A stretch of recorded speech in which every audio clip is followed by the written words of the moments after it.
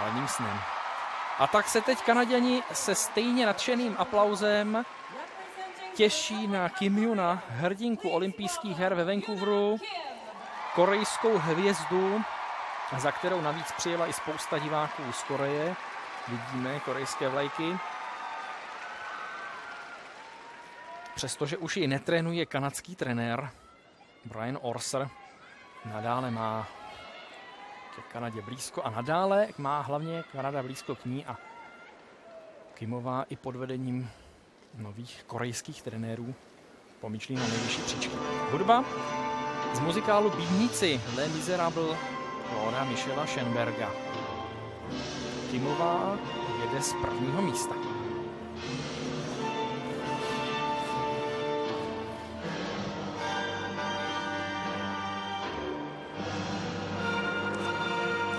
Trojitý Lutz a trojitý tulup.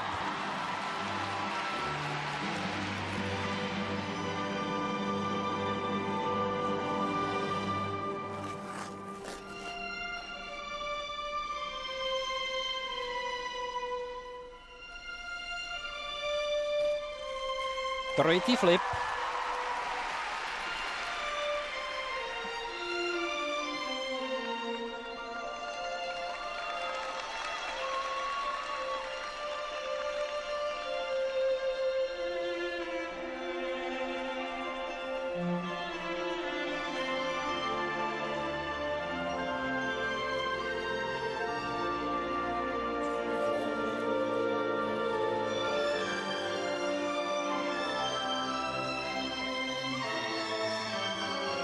Trojitý Salchov. A povšimněte si těch nádherných měkkých výjezdů ze skoků.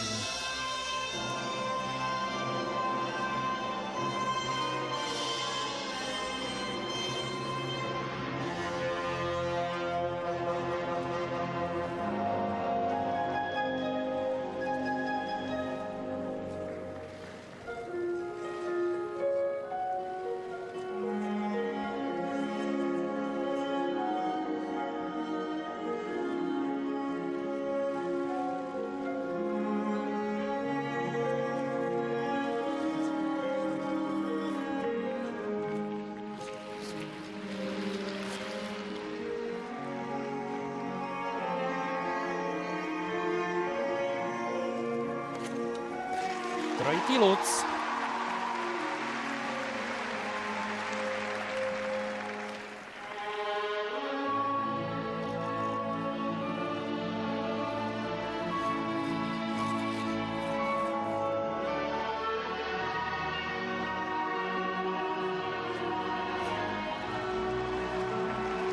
Dvojitý Axel, dvojitý tulup a dvojitý Rydberger.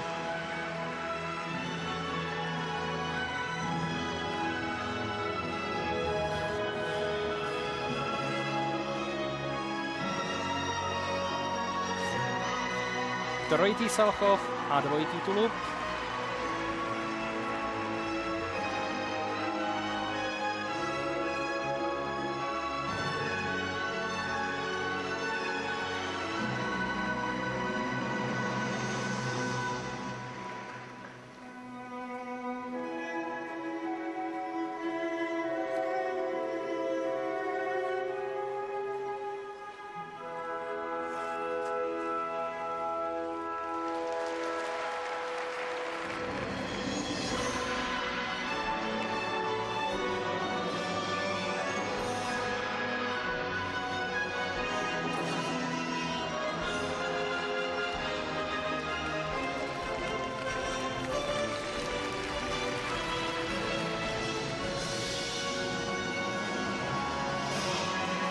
Dvojitý Axel.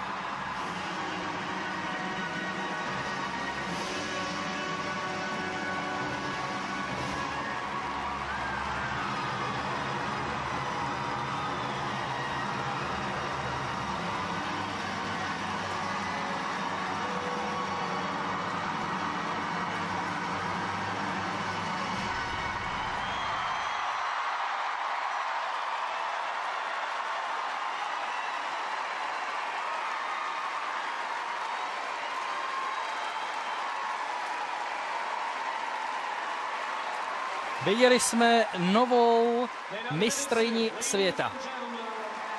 Olympijská šampionka z Vancouveru se vrátila na světový šampionát po dlouhé pauze s jedněmi menšími mezinárodními závody absolvovanými v letošní sezóně a vítězí s obrovským náskokem. Její volná jízda byla nepochybným vrcholem celého večera a jedním z vrcholů celého mistrovství světa. Rovnat se s ní mohou jenom volné tance obou prvních párů a vystoupení Holosužerové s Traňkovem. Možná ještě krátký program Petry Kačena. Ale Korejka Kimová je fenoménem ženského krasobruslení. To byla jízda, které nechybělo vůbec nic.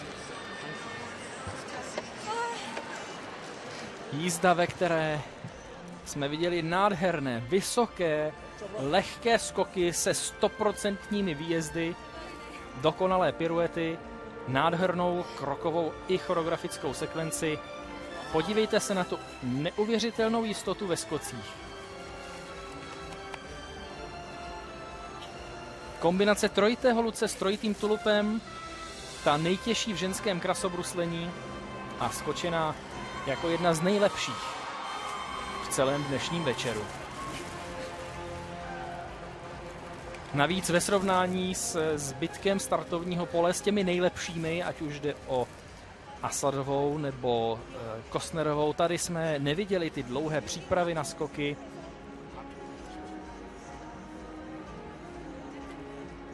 A ke všemu krásná hudba, která dokonale souzněla s vystoupením a projevem 22leté Kim Juna. Stačí 127 bodů k tomu, aby se dostala na první místo, ale Kimová bude atakovat známku na jiné úrovni. A možná bude atakovat i nejvyšší vítězství na tomto mistrovství světa. Připomeňme, sportovní dvojice z Ruska. Holosužerová Traňkov vyhrála o 20 bodů. –